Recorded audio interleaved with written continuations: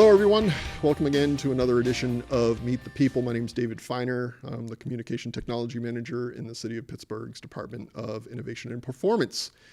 Today, I'm very happy to be joined by Alexandra Abboud from the Department of Public Safety. She's the Victim Assistance Coordinator. Alex, thank you for joining us. Thanks for having me. Happy to be here. For those that don't know, Alex is a fairly recent hire for the City of Pittsburgh. It's true. And she has been working mainly remotely, but has just recently come to the city-county building to work here full-time. What was your first impression of the city-county building the first time you came in? It's funny you should ask. I came when I first started. I met Shatera, my supervisor, once. Then I came back a second time to meet a previous public information officer to film a video. And when I got here, he said, "Okay, where's your office?" And I was like, "Buddy, I have no clue. I've never been to my office." So my first impression was, where is anything? I don't know where anything is. I don't know where the bathroom was. I don't know where the microwave was. I felt like a little kid on the first day of kindergarten. And where are all the people? And where are all the people? And still sometimes I feel like that, like, where are all the people? It just feels very empty. I can imagine coming into a building this size and not seeing anybody around, wondering why it's this big. Yeah. And also wondering, like, am I where I'm supposed to be? Right. Like, is this okay? When Should I be here? When I first started with the city, the entire exterior was having work done. And so there was scaffolding around the entire exterior of the building. And it was like that for my first 6 months. And when they took it down, I was really sad. Oh, that is sad. I'm sorry to hear that. That's how I knew the city-county building was with the scaffolding. That's really sad. Must have been difficult for you. I still think about it to this day. Yeah, maybe we can get that back up for you. See what I can do. I bet we know some people somewhere. I bet we do. All right. So before we get into your job, what you're doing, why you're here, and how you're helping the city of Pittsburgh, first, let's get some background. Where are you from? Sure. Where'd you go to school? Where'd you grow up? How'd you get to moving to Pittsburgh? And into this job? That's a lot of questions in one. I know. I grew up in Dayton, Ohio, about 20 minutes north in a little tiny town called Tip City. It looks like a little Hallmark movie, feels like a Hallmark movie. So I grew up there, and then I went to Miami of Ohio to get my bachelor's in social work. Well, actually, I started out as a graphic design major. Okay. And, it was one of those situations my parents were like, "You're not doing graphic design." And I was like, "Oh, I'm doing graphic design and nobody can stop me. And I'm moving to New York City and da-da-da." Well, that obviously didn't happen. So I had everything ready, my graphic design portfolio prepared to submit for my second semester to enter the program. And then I went on a mission trip to an orphanage in Romania. And I said, that's it. And I threw out my graphic design portfolio. I switched to social work and got my bachelor's degree. And that was that. And then I moved to Pittsburgh for my master's in social work at Pitt. And that's kind of my first Pittsburgh experience. My brother was already here. He went to med school at Pitt. So I was familiar with the city and I loved it. But when I came here for my master's, the culture, the people, everybody was so warm. It was so diverse. There was such a rich culture that I was like, this place is where it's at. Like, this is cool. And then I left. I left briefly for a year to work as a high school social worker before I came here for this job about a year ago. High school social worker. Yes. Tell me about that. I loved it. It was the best job in the world, besides this one. Best job in the world so much that you left it. So much that I left it. Well, it was really, it was Indiana that I was leaving, and it was time for, I loved the job, but I was ready to make a larger impact. So being a high school social worker is great. It's pretty much constant crisis all the time, depending on where you are. So the school that I was in was pretty high need, pretty high paced, and we were always moving. And I tell you what, I am pretty young, but there is already a lot has changed. And talk about technology, the use of technology amongst these high schoolers is insane. The amount of things they're able to do for good and for harm. It's crazy.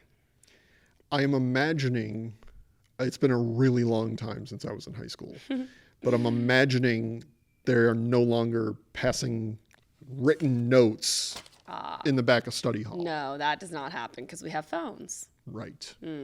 Those kids must be rich because I didn't have phones. Yeah. The phones were on the wall with a cord. Right. They all do. All of them.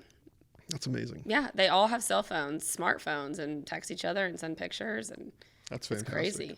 Wow. It's wild. All right. Okay. So you're in Indiana and you see a job online. Yep. And what was the one thing that made you apply?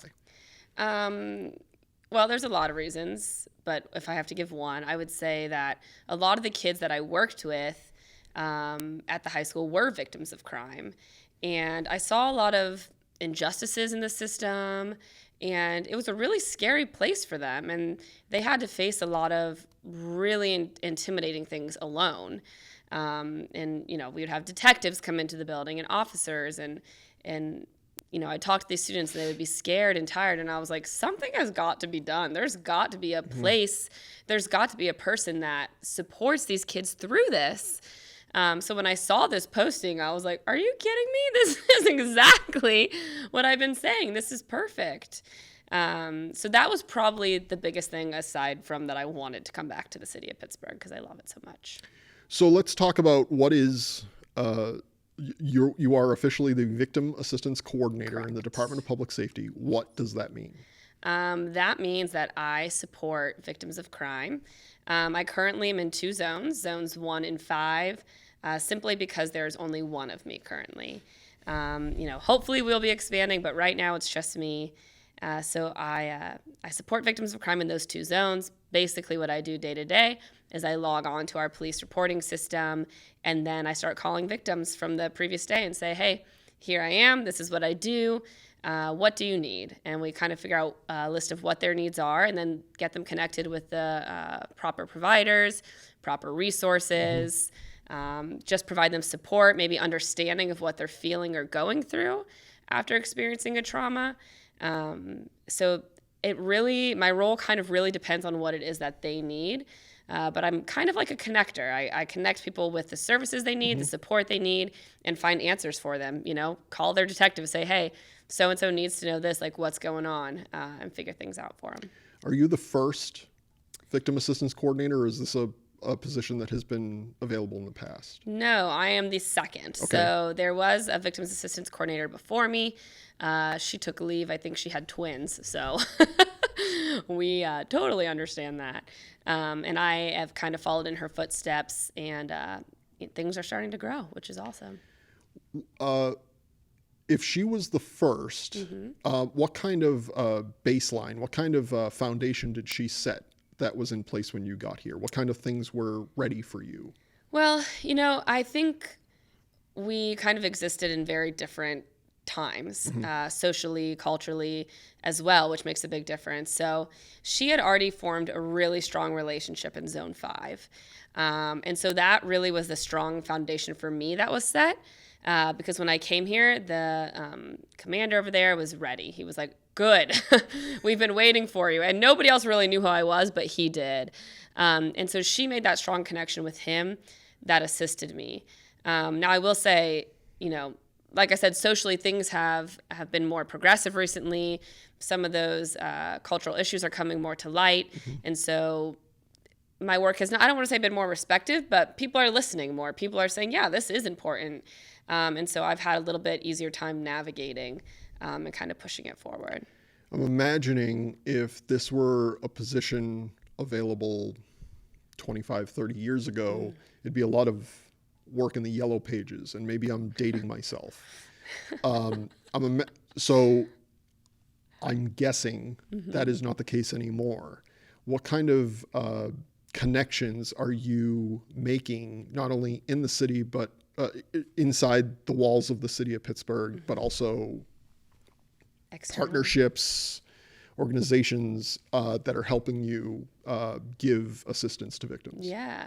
I mean, within the city, my first kind of goal when I got here was to really create strong partnerships with especially police, with the Bureau of Police.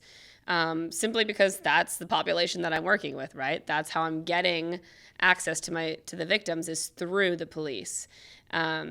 So creating strong partnerships, not only with leadership, but with the law enforcement officers themselves that are out every day, was crucial. So typically when I follow up with the victim, I'll then send an email to that officer and say, hey, look, here's what I did.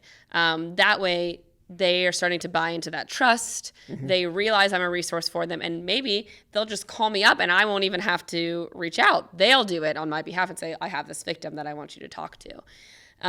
So internally, those are probably the most crucial relationships that I'm forming.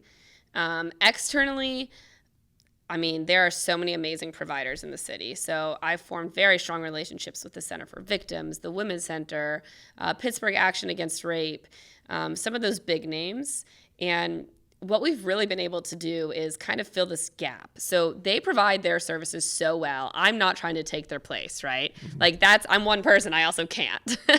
What I'm trying to do is fill that gap from when a victim experiences a crime and they're handed a pamphlet with a number that says, hey, call the Center for Victims.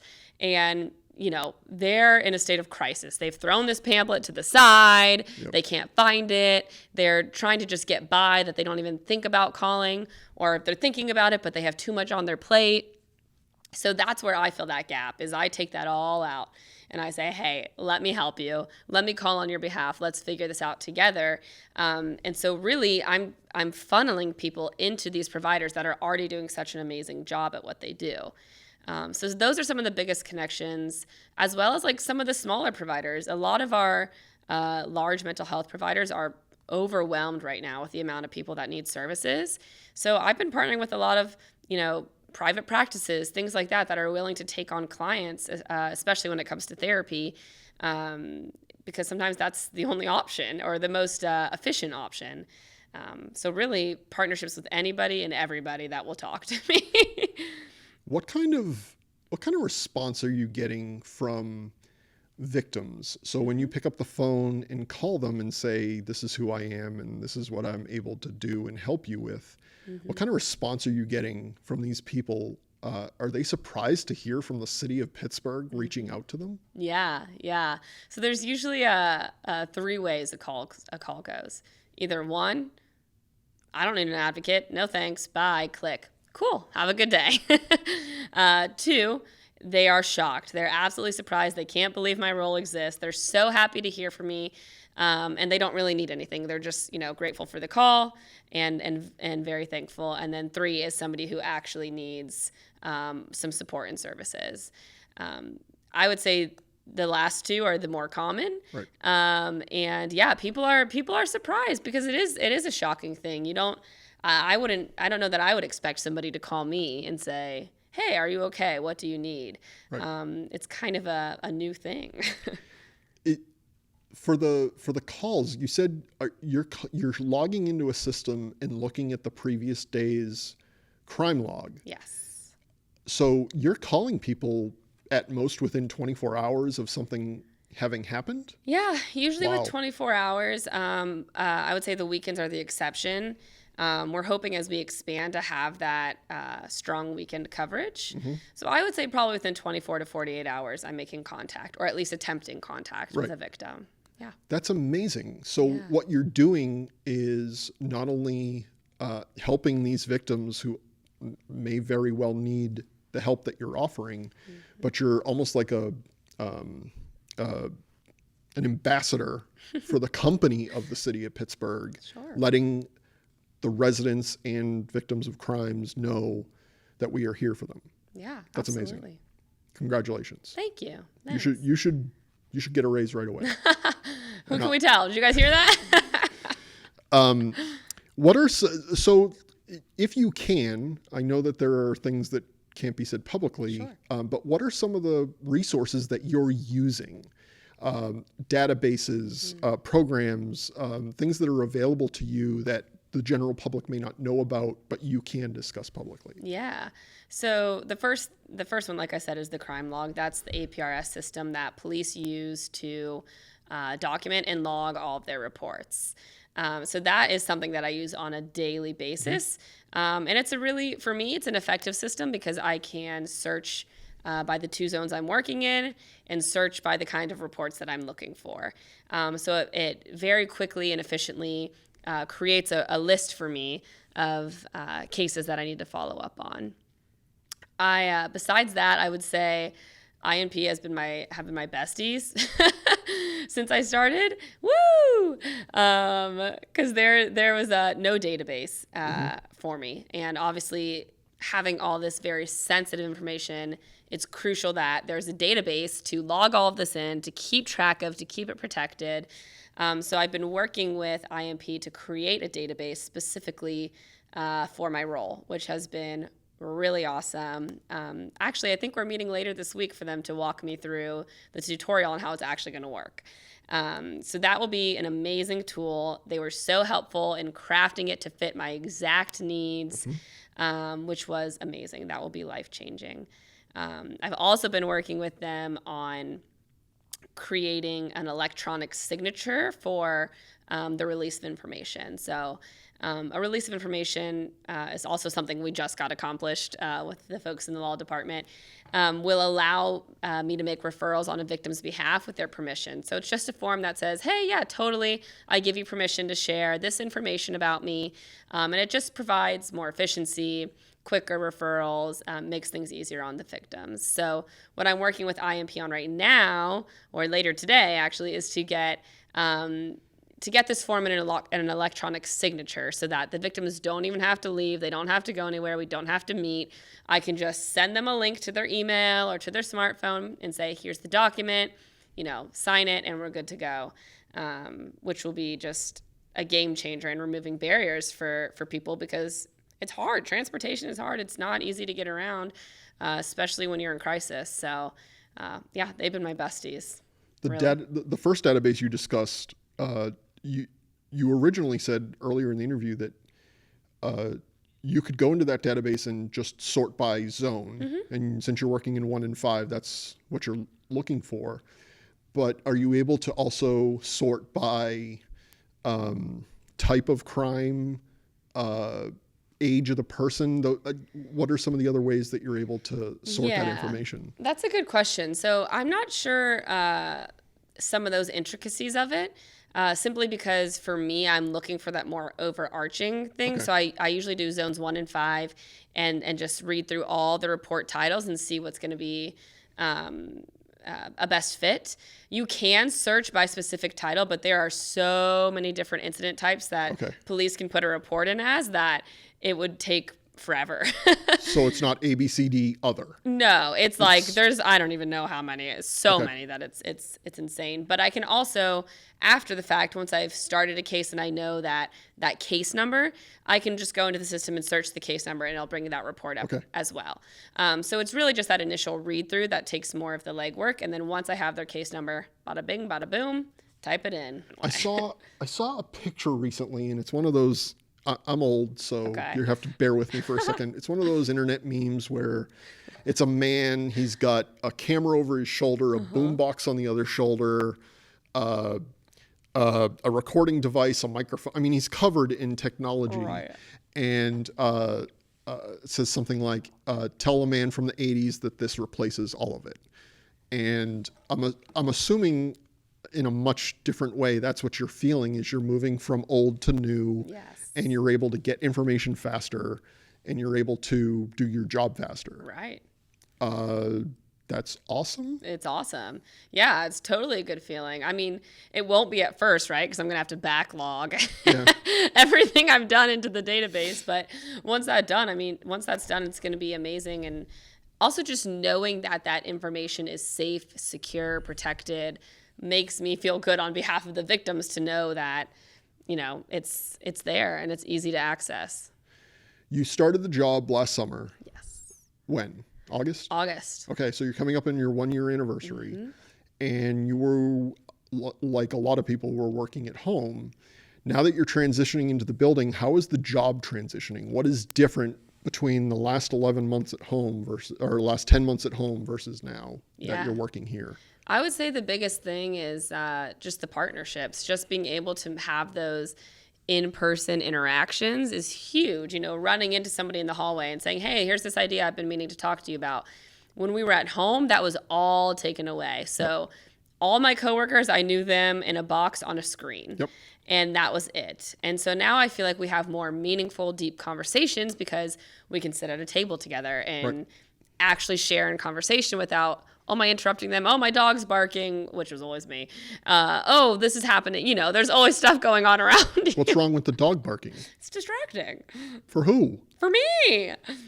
You want your dog barking in the background? Absolutely. No, my gosh. I have a huge golden retriever, and I was only home for about 5 or 6 weeks at the beginning of COVID, and as soon as I got on a call, everybody would say, "Where's Potter?"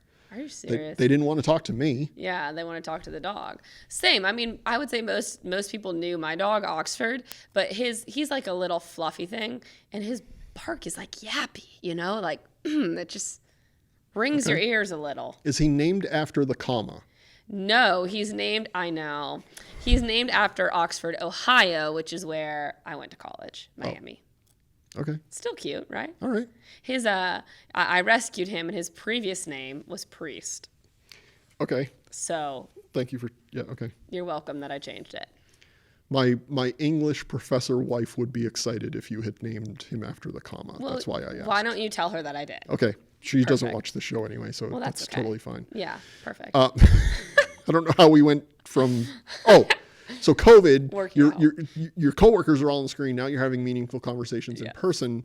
How many of the faces on a screen have you met now in person? Oh, geez, I would say most of like the internal city people, I've probably met all of them in person now. Okay.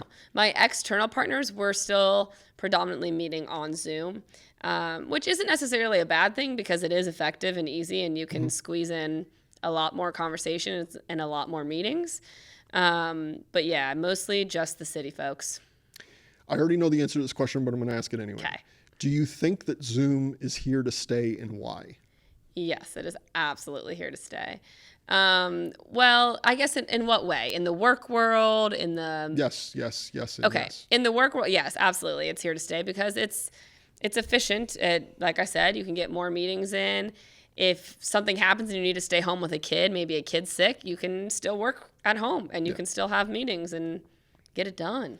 I think one of the most interesting results, or workplace results of COVID is how many people will spend less time traveling to conferences, events, seminars, because instead of traveling an entire day to the West Coast and then spending 2 days there and traveling another entire day to the West Coast, you can just do those 2 days of meetings on Zoom. True. But I see with that, I'm like I feel like those conferences need to be in person because that's a huge networking. True. I don't think you can really network efficiently over Zoom. That is probably true. I've attended virtual conferences and I'm just kind of like, I listen to the trainings and that's it. And I don't really meet anybody. Right. And you just move on with your life. So you're still in the process of building up this position, building up your network, building up your contacts, building up your everything that you're doing. In a perfect world, budget is not an issue. City politics is not an issue. What are the absolute perfect world wants and needs for your job? The perfect world, gosh, I spent a lot of time thinking about this. The perfect world would be that we would have enough victim advocates to cover each police zone in each shift. And that advocates would be able to go to the scene and meet a victim there on scene and provide that immediate crisis response and be there for them and support them and just kind of be that warm figure that's next to them in the moment and then continues to guide them through the system as well. So that they kind of always have that one face they can rely on. That would be the absolute dream. You want to multiply yourself by 18. Probably more like by 30, but yeah. Do you think we can do it? Sure. I mean, I'll just... write it up and... another note to Yeah. write to the director of the Department of Public Safety Multiply and get this taken Alexandra care of. by 30. Okay. Is there, if that's your answer, is there enough work that 30 of you would still be busy? Yes, absolutely. Wow. I would say absolutely, especially if it's a case where we're able to respond to the scene, then definitely there's enough work. We would need about 30 advocates to cover, like I said, every shift at every zone. So you're doing the job of 30 people right now, is what you're saying? No, because I'm only doing 2 zones. Oh, that's true. Okay. Right. And I'm not responding to the scene. Wow. So I'm only doing remote follow-up. Okay. And that's still more than what was done 5 years ago. Sure, it is. Yeah. That's awesome. Thank you. All right. So now's the part of the show where I'm going to ask you 4 completely random questions that have nothing to do with your job. Great. Can't wait. And I don't think about it. Just answer the question. Okay. Am I allowed to curse? No. Okay. So I mean, just good. I just needed to know. you know, it's before- interesting. I first met you a couple of weeks ago. You were having a meeting with Laura Dragowski, who is a former guest on the show, and she said naughty words, and I had to beep those Are out. you serious? I knew we were kindred souls. Okay. Okay. Pittsburgh sandwich. Do you have fries or no fries on them? Fries.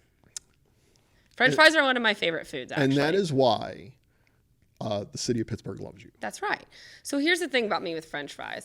I'm not like I'm not a hangry person. I'm a big sharer. But my fiance will tell you when it comes to French fries, I will rip your head off. Okay. Okay? So if you Everybody take note. take note, I'm a very kind, empathetic, caring person, but you don't take my French fries. And if I order French fries and you forget them, I will be so mad. I'll be so angry. The first time my now wife brought me here she's from Pittsburgh. The first time she brought me to Pittsburgh, the first place she brought me to was the O. And I'm sure having gone to Pitt, you remember the O. Yes. Rest in peace. Rest in peace. And she said, I'll get the hot dogs, you get the French fries. And of course, I'm a not smart person from not here. And I went up to the French fry counter and I said, oh, there's 2 of us. Okay, I'll take the large French fry. And they didn't say anything to me. Oh my God. And then from under the counter came this pile That's of French what I'm fries. talking about. And I walked back to the table to my then girlfriend, now wife, and she said, oh yeah, I was supposed to tell you to get the small. No, why would you need that? You don't think you could eat that whole thing of fries? I tried. I could. really tried. It was a lot. I mean, that's actually really disappointing. I'm very disappointed in you. I'm sorry. Do better. I should leave now. Yeah. Next question. What's your favorite view in the city? I like the West End overlook because my brother got engaged there. Oh. Which is very cute, isn't it? That's great. And it's less crowded than Mount Washington. That's true. You know, you can actually just go up there and enjoy yourself. My wife and I were married in Oakland at the old Concordia Club behind the cathedral. Nice. And the day before, she took me up there. It was my first time up, either on Mount Washington Yeah. or West End Overlook. And yes, you're absolutely right. I love it up there. It's much better. What is the strangest / dumbest fact in your head? Am I supposed to have strange that / dumb? Useless. Like, what is the most useless I bit don't of keep information? a lot of useless What? information in my head. Well, hang on. I got to think. What's yours? Ted Williams was the greatest hitter who ever lived, wore number 9. My son's named after him. My son was born on June 3rd. 6 and 3 is 9. The Red Sox started a 9-game winning streak on June 3rd, 2011. His first Red Sox game was here in Pittsburgh against the Pirates. Both teams ended up with 9 hits that day. That wasn't really a fact. It though. is 9. Okay. 9 is a common number for me, and so that's a strange thing about you. That's not an abnormal my fact. kid. That's a strange thing about now your we're talking kid. about me and not you. So Well, I don't have any abnormal facts. I mean, I'm trying to think. like, did anything weird about your hometown? Someone famous from there? What's the strangest food you've ever eaten? Were you on Fear Factor at one point? I wish I was on Fear Factor. I grew up with a woman who was on Fear Factor. I really don't think I have any. I do think that I would be great on The Amazing Race, speaking of Fear Factor. I think that I would knock it out of the park. Okay. But that's not a fact. Okay. I mean, it is a fact because I know that I would do good, but I really... Well, big disappointment here. I know. It's really disappointing. I'm going to think of something later and I will send it to you. Okay. And then you can just insert it. Just give me a call at like 2:30 in the morning when And you I'll think of let it. you know. Okay, cool. Sound good? Make sure my phone's off then. Yeah, I'm like trivia, my worst. I'm not good. Like, you don't take me to trivia. I won't. Okay. I can't do So it. you're not my phone a friend when I have the $1 million question. No. Okay. I can't do anything like, yeah, not for me. My college roommate and I always make fun of each other that he is my hockey phone a friend person and I am his baseball phone a friend person. Okay. And, yeah. There you go. So, That's and Back good. to the Future. I'm his Back to the Future There you person. go. Last question. Which do you prefer, Mon or Duquesne Incline? Probably Duquesne Incline. And why? No justification. Oh, just because. Just because. Because I like the word Duquesne, actually. That's the answer. Because it has a parking lot. Because it has a parking lot, but because I like the word Duquesne itself. And I think it's a complete injustice that we call it Duquesne and not Duquesne. Complete missed opportunity. What about the university? Same? Same. I just think what a missed opportunity Okay. that we have such a unique word and we're calling it Duquesne when it's spelled Duquesne. Okay. And how cool would that be? I go to Duquesne. I think you should write a letter to somebody. I think it's pretty valid. The first time I took the Duquesne Incline. Duquesne. Sorry, that incline.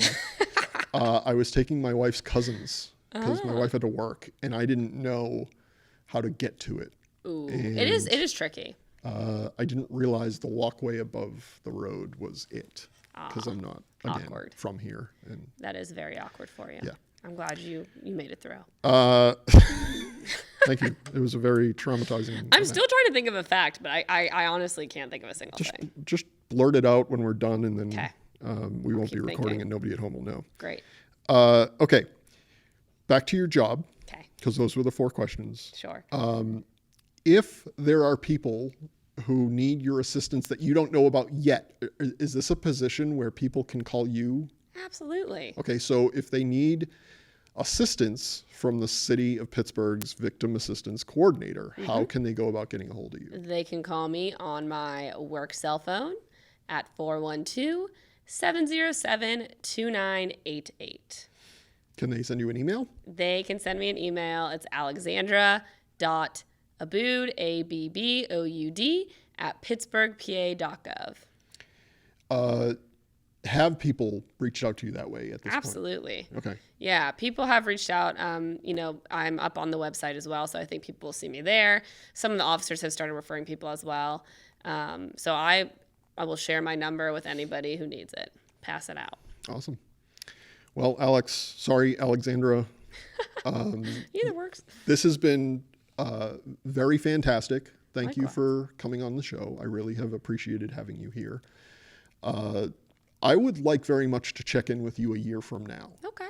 And see how the job has even evolved more. I think Sure. that would be really interesting once you have everything up and running and you can then call this your best job ever. Yeah, it already is the best job ever. No, It you really said is. the high school. Well, I tend to counselor over job. exaggerate things in general. So I'm just how- I'm just using your words. I mean, you're not wrong. I did say that, but I say that about everything. Okay. There's not much I don't think is So the this is the best. best show you've been on. This is definitely the best show I've been on. Okay. Yeah. All right. Okay. Thank you very much for joining us. thank you. To those of you at home, thank you for watching, and we'll see you next time right here on Meet the People.